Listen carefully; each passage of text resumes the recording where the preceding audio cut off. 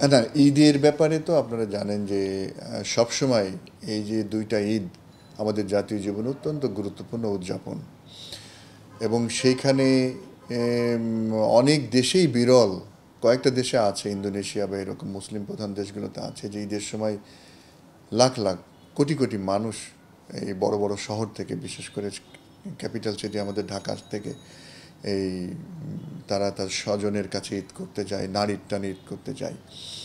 এইটা কিন্তু আমাদের একটা ঐতিহ্য, আমি বলবো যে আমাদের একটা সংস্কৃতি, আমাদের একটা ভালো লাগার জায়গা।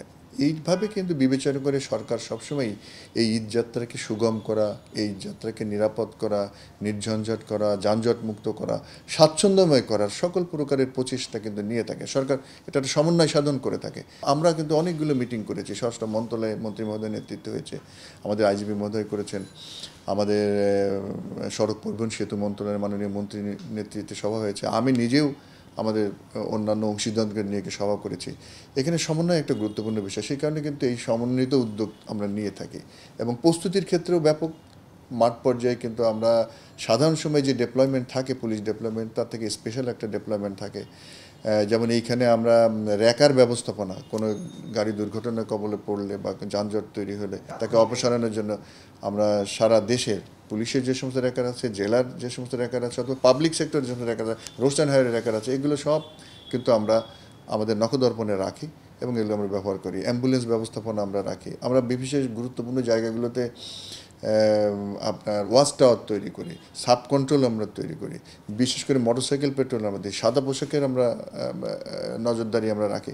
এমনিভাবে কিন্তু হিউজ ডিপ্লয়মেন্ট আর হাইওয়ে পুলিশ, মেট্রোপলিটন পুলিশ এবং জেলা পুলিশের মধ্যে, পুলিশের অন্যান্য ইউনিটগুলোর মধ্যে আমরা একটা সমন্বয় সাধন করে কাজগুলো করতে থাকি। যার ফলে দেখবেন যে বিগত বৎসরগুলোতে আমরা বিগত যদি 2-3 বছর দেখি, তাহলে প্রত্যেকবারই আমরা তার আগের বছরের ঈদ থেকে এই বছরের ঈদটা আমরা আরও সুন্দর করার, আরও স্বাচ্ছন্দ্যময় করার চেষ্টা করি। এবারে কিন্তু চ্যালেঞ্জটা তাই, আরও উন্নত করার আমরা চেষ্টা করছি।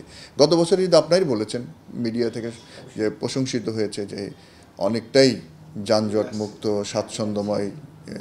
দু একটা অ্যাক্সিডেন্ট হয়তো ঘটেছে, ঈদ পরবর্তী সময় ঘটেছে, কিন্তু ঈদের যাত্রা স্বাচ্ছন্দ্যময় ছিল এবং নিরাপদ ছিল। হ্যাঁ, আমরা আশা করতে পারি এবং সেই প্রচেষ্টাই আমাদের থাকে, সেই ধরনের অভিজ্ঞতা আমাদের হয়েছে।